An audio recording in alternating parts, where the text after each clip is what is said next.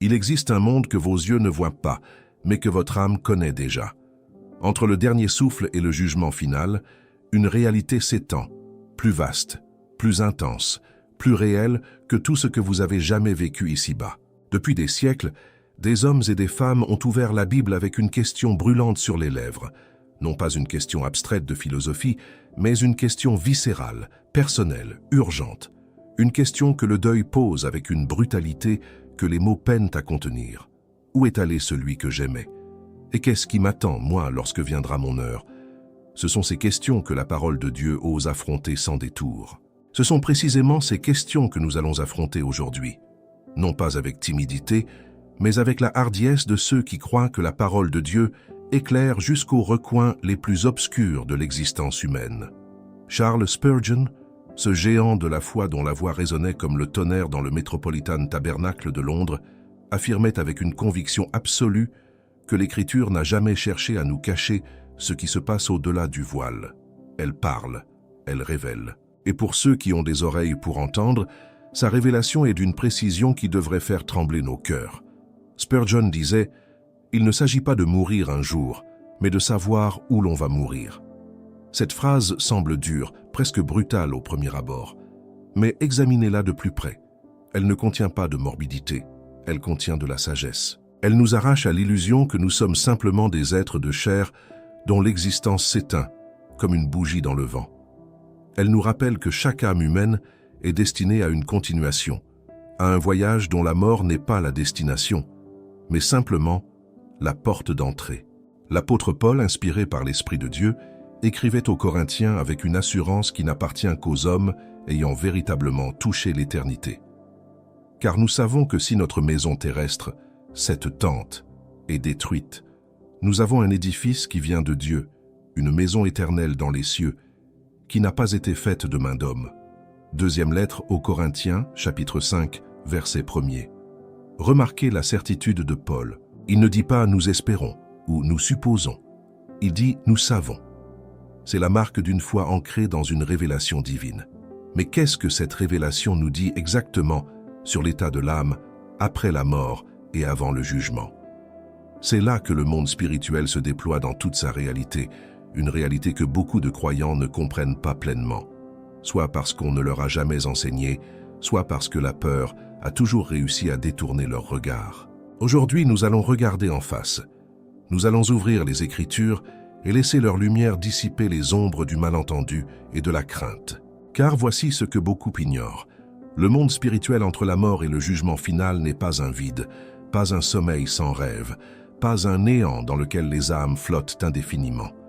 C'est un lieu, ou plutôt un état, d'une vivacité et d'une intensité que notre esprit charnel peine à imaginer. Les âmes des rachetés ne disparaissent pas dans l'obscurité. Elles entrent dans une présence, dans une réalité d'une clarté absolue. Il nous faut cependant avancer prudemment.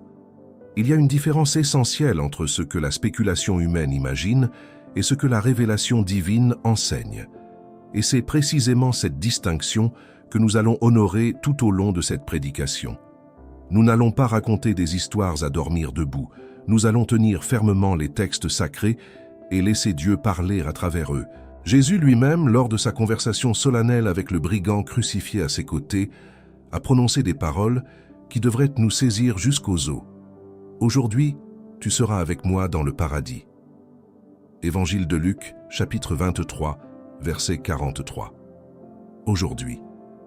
Pas dans 1000 ans. Pas après un long sommeil de l'âme. Aujourd'hui. Ce mot contient une immensité théologique que nous allons explorer avec tout le soin qu'il mérite. Si vous êtes ici, si vous avez ouvert ce message aujourd'hui, c'est que quelque chose dans votre âme cherche plus qu'une réponse intellectuelle. Vous cherchez la paix, vous cherchez la certitude. Vous voulez savoir que vos êtres aimés qui sont partis ne sont pas perdus dans un vide froid. Vous voulez savoir ce qui vous attend à vous-même. Et cette quête-là est bonne. Elle est sainte. Elle est exactement la soif que Dieu a placée en vous pour vous conduire à la vérité. Abonnez-vous à cette chaîne si vous voulez continuer à recevoir des enseignements comme celui-ci. Des messages qui nourrissent votre âme en profondeur et vous ancrent dans la parole vivante de Dieu. Et si vous ressentez en ce moment une sécheresse spirituelle, un désir profond de retrouver cette intimité avec le Seigneur, je vous invite à acquérir notre e-book 21 jours pour restaurer votre intimité avec Dieu. Le lien se trouve dans le premier commentaire épinglé sous cette vidéo. Ceux qui l'ont parcouru témoignent d'une transformation réelle dans leur vie de prière. Pour comprendre ce qui se passe entre la mort et le jugement, il faut d'abord comprendre ce qu'est réellement l'âme humaine, non pas selon les philosophes grecs, non pas selon les traditions populaires, mais selon la révélation que Dieu lui-même a confiée à ses serviteurs. Et cette révélation est à la fois plus simple et plus profonde que tout ce que la pensée humaine a jamais pu produire. L'être humain n'est pas simplement un corps qui possède une âme, il est une âme vivante habitée dans un corps. Dieu, dans sa sagesse souveraine, a formé l'homme de la poussière du sol, et il a soufflé dans ses narines un souffle de vie. Genèse, chapitre 2, verset 7. Ce souffle divin, ce neshama en hébreu, n'est pas une métaphore poétique, c'est la réalité fondatrice de l'existence humaine. Vous êtes porteur d'un souffle que Dieu lui-même a insufflé.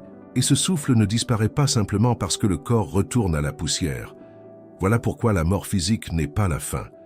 Elle est une séparation, la séparation de l'âme et du corps, mais en aucun cas une annihilation. La lampe peut s'éteindre, mais la lumière qu'elle portait ne cesse pas d'exister. Elle change de demeure. Et c'est précisément cette transition que les Écritures éclairent avec une précision qui devrait nous remplir, non pas de terreur, mais d'une sainte anticipation. L'Ecclésiaste, dans sa méditation profonde sur la condition humaine, pose les bases de cette vérité. La poussière retourne à la terre, comme elle y était, et l'esprit retourne à Dieu qui l'a donné. Ecclésiaste, chapitre 12, verset 7. Remarquez le mouvement.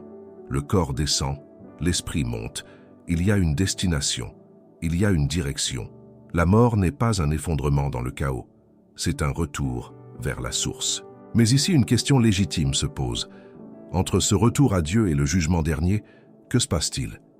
Y a-t-il une conscience, une expérience, une réalité vécue par l'âme dans cet état intermédiaire? La réponse que les Écritures nous donnent est d'une clarté surprenante pour ceux qui prennent le temps de les lire attentivement. Et cette clarté devrait transformer notre façon d'envisager non seulement la mort, mais aussi la vie. Le récit que Jésus lui-même nous livre dans l'Évangile de Luc est particulièrement révélateur. Il s'agit de l'histoire du riche et de Lazare, et nous devons la lire non pas comme une simple parabole morale, mais comme une fenêtre ouverte sur la réalité de l'au-delà. Luc chapitre 16, versets 19 à 31. Dans ce récit, les deux hommes meurent, et leur conscience ne s'éteint pas.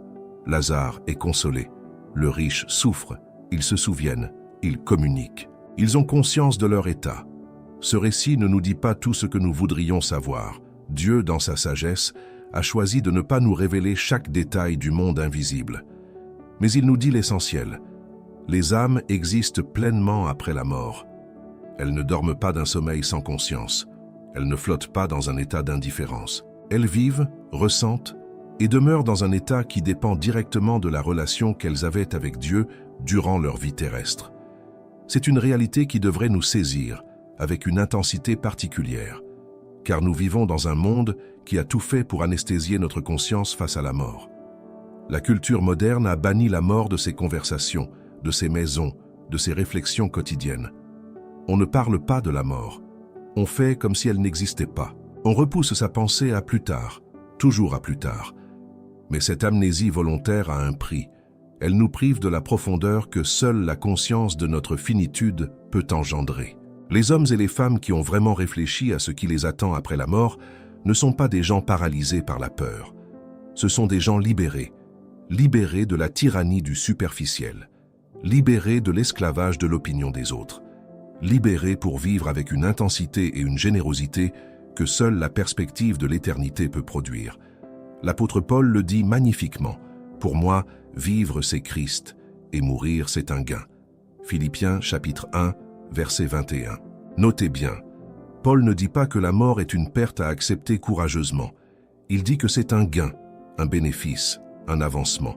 Pour quelqu'un qui a compris la réalité du monde spirituel entre la mort et le jugement, cette affirmation n'est pas un paradoxe, c'est la conclusion logique d'une foi ancrée dans la certitude de la vie éternelle.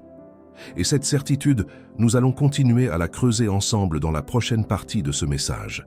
Nous avons établi que l'âme survit à la mort du corps. Nous avons vu que la conscience ne s'éteint pas au dernier soupir. Mais il nous faut maintenant aller plus loin, car la question que beaucoup portent en silence est celle-ci. Y a-t-il deux destinations différentes dans cet état intermédiaire? Est-ce que toutes les âmes connaissent la même réalité après la mort, ou existe-t-il une distinction fondamentale entre ceux qui ont connu Dieu et ceux qui l'ont rejeté? La réponse des Écritures est sans ambiguïté, et elle est à la fois la plus rassurante et la plus solennelle que l'on puisse entendre. Il existe bel et bien une distinction radicale. Ce n'est pas une invention de théologiens sévères désireux d'effrayer les foules. C'est la révélation cohérente d'un Dieu qui est à la fois amour infini et justice absolue. Et ces deux attributs ne se contredisent pas. Ils se complètent avec une harmonie que seule l'éternité révélera pleinement. Revenons au récit de Luc 16. Lazare, ce pauvre homme couvert d'ulcères, méprisé du monde entier, est emporté par les anges dans le sein d'Abraham. Quelle image saisissante! Les anges eux-mêmes sont les escortes de l'âme rachetée. La mort du croyant n'est pas un abandon, c'est une escorte royale vers la présence de Dieu. Et le sein d'Abraham, dans la tradition hébraïque, représente le lieu de consolation, de paix, de communion avec les patriarches de la foi. Et le riche, il meurt également. Mais son âme connaît une réalité radicalement différente. Il est dans un lieu de tourment. Il voit de loin Lazare consolé. Il supplie, il se souvient. Il reconnaît ses frères encore en vie et désire les avertir. Sa conscience est intacte, et c'est précisément ce qui rend sa situation si bouleversante. Ce n'est pas un homme qui dort, c'est un homme qui sait. Et ce qu'il sait le consume. Certains ont voulu réduire ce récit à une simple parabole sans valeur descriptive de l'au-delà. Mais pourquoi Jésus, qui est la vérité incarnée, utiliserait-il une image aussi précise et aussi détaillée pour enseigner une vérité morale s'il n'avait pas l'intention de nous révéler quelque chose de réel sur le monde invisible? La cohérence de l'enseignement christologique nous invite à prendre ce texte au sérieux, non pas de manière littérale dans chaque détail, mais comme une fenêtre authentique sur une réalité que nos yeux ne peuvent pas encore voir. Ce qui est particulièrement frappant dans ce récit, c'est la mémoire. Le riche se souvient de sa vie terrestre. Il se souvient de ses frères. Il se souvient de ses choix. La mort n'efface pas la mémoire. Elle la rend encore plus nette, comme si le voile de l'illusion terrestre se déchirait enfin, révélant la réalité dans toute sa crudité. Ce détail devrait nous pousser à réfléchir profondément sur la façon dont nous vivons aujourd'hui. Car ce que nous semons maintenant, nous en aurons une conscience pleine et entière dans l'au-delà. L'apôtre Pierre nous offre un autre éclairage remarquable dans sa première épître. Il nous dit que Christ, après sa mort, est allé prêcher aux esprits en prison. Première épître de Pierre, chapitre 3, verset 19. Ce verset a suscité de nombreux débats théologiques, et nous ne prétendrons pas ici en résoudre toutes les questions. Mais il nous confirme une chose essentielle. Le monde spirituel entre la mort et le jugement est un monde actif, un monde où des réalités se déroulent, où la souveraineté de Dieu s'exerce sans relâche. Car voici ce que nous devons comprendre. Dieu n'est pas absent de ce monde intermédiaire. Sa présence, sa justice et sa grâce continuent de s'exercer d'une manière que nous ne saisissons qu'en partie. L'Éternel est le Dieu des vivants et des morts. Jésus lui-même l'affirme avec une autorité que rien ne peut contester. Évangile de Marc, chapitre 12, verset 27. Et si Dieu est le Dieu des morts, c'est que les morts existent encore pleinement sous son regard souverain. Pour le croyant, cette vérité est d'un réconfort immense. Vos êtres aimés qui sont morts dans la foi ne sont pas perdus dans un néant froid et impersonnel. Ils sont sous le regard de Dieu. Ils sont dans un état de conscience. Et si leur vie a été marquée par la repentance et la foi en Jésus-Christ, ils jouissent d'une paix que le monde ne peut ni donner ni enlever. Ce n'est pas une consolation inventée pour adoucir la douleur du deuil. C'est la promesse d'un Dieu qui ne ment pas. Et pour celui qui n'a pas encore pris cette décision, pour celui qui remet à demain ce qui devrait être la priorité d'aujourd'hui, ce message est aussi un appel solennel et bienveillant à la fois. Car la frontière entre la vie terrestre et le monde intermédiaire peut se franchir à tout moment. Et une fois franchie, les Écritures ne nous donnent aucune indication d'une seconde chance. C'est ici, dans ce temps limité que nous appelons la vie, que tout se joue. Et c'est dans la prochaine partie que nous allons approfondir ce que cela signifie concrètement pour chacun d'entre nous. Nous avons contemplé la réalité du monde spirituel avec les yeux de la foi. Nous avons vu que l'âme survit, que la conscience demeure, que les destinations divergent selon la relation entretenue avec Dieu durant la vie terrestre. Mais il est une question que beaucoup n'osent pas poser à voix haute, une question qui habite pourtant le cœur de nombreux croyants sincères. Si les âmes rachetées entrent immédiatement dans la paix de Dieu, pourquoi parle-t-on encore d'un jugement à venir? Quelle est la nature de cet état intermédiaire par rapport à ce qui l'attend à la fin des temps?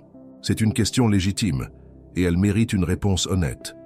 L'état intermédiaire, ce temps entre la mort individuelle et la résurrection finale, est réel, il est conscient, il est bienheureux pour les rachetés, mais il n'est pas encore l'état définitif. Il est comme l'aube qui précède le lever complet du soleil. La lumière est déjà là, la nuit est déjà vaincue, mais la plénitude du midi n'est pas encore atteinte. Ce que les âmes rachetées connaissent maintenant est un avant-goût glorieux de ce qui sera révélé lors de la résurrection. L'apôtre Paul exprime cette tension avec une beauté saisissante dans sa lettre aux Philippiens. Il désire s'en aller et être avec Christ, ce qui, dit-il, est de beaucoup le meilleur. Philippiens, chapitre 1, verset 23. Remarquez, être avec Christ après la mort est déjà de beaucoup le meilleur. C'est une réalité supérieure à tout ce que la vie terrestre peut offrir. Et pourtant, ce n'est pas encore la plénitude finale. La résurrection du corps glorifié, le renouvellement de toutes choses, le règne éternel, tout cela appartient encore à l'avenir. C'est pourquoi l'état intermédiaire est à la fois une réalité glorieuse et une attente expectative.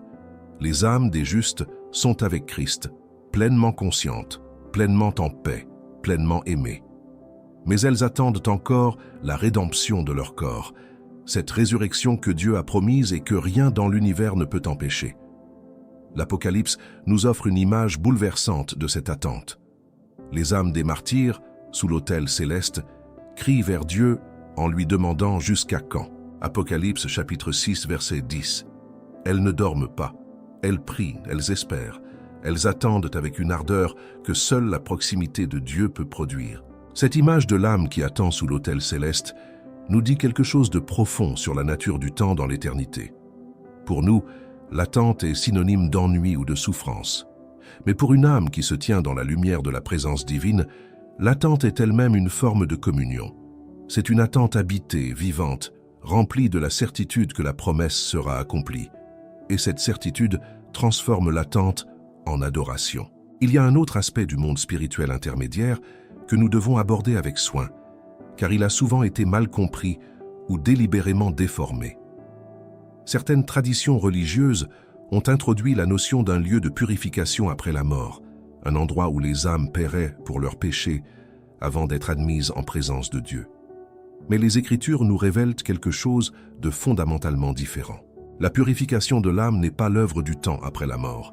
Elle est l'œuvre du sang de Jésus-Christ, accompli une fois pour toutes sur la croix du Calvaire. L'Épître aux Hébreux le proclame avec une clarté qui ne laisse aucune place au doute. Car par une seule offrande, il a amené à la perfection pour toujours ceux qui sont sanctifiés.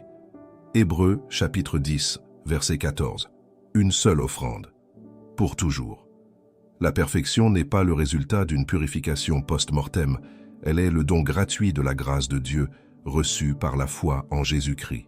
L'âme qui entre dans l'au-delà ayant été lavée par ce sang précieux n'a rien à payer, rien à expier. Elle entre dans la paix, non pas parce qu'elle l'a mérité, mais parce que Christ l'a mérité à sa place. Cette vérité devrait libérer des milliers de cœurs enchaînés par la culpabilité et la peur. Si vous avez mis votre confiance en Jésus-Christ, si vous avez reconnu votre péché et reçu son pardon, alors votre âme n'a aucune dette à régler dans l'au-delà. La dette a été payée. La facture a été acquittée. La croix est le règlement définitif et irrévocable de tout ce que vous auriez dû. Et cette certitude-là n'est pas de la présomption, c'est de la foi. C'est exactement ce que Dieu veut que vous croyiez.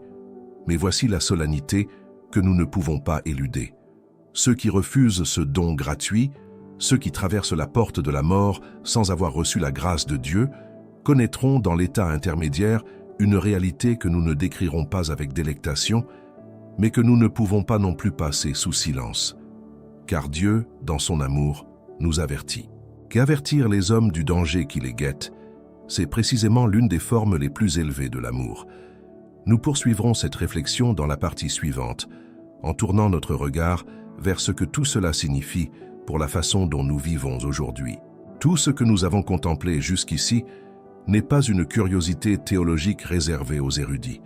Ce n'est pas un débat académique que l'on range soigneusement dans une bibliothèque après la discussion. Ce que la parole de Dieu nous révèle sur le monde spirituel entre la mort et le jugement a des implications directes, concrètes et urgentes sur la manière dont nous vivons chaque journée de notre existence terrestre. Car si ce monde-là est réel, et nous avons vu qu'il l'est, alors ce monde-ci n'est pas simplement ce qu'il paraît être. Nous vivons à une époque où l'immédiat règne en maître absolu. Tout doit être rapide, visible, mesurable, rentable maintenant.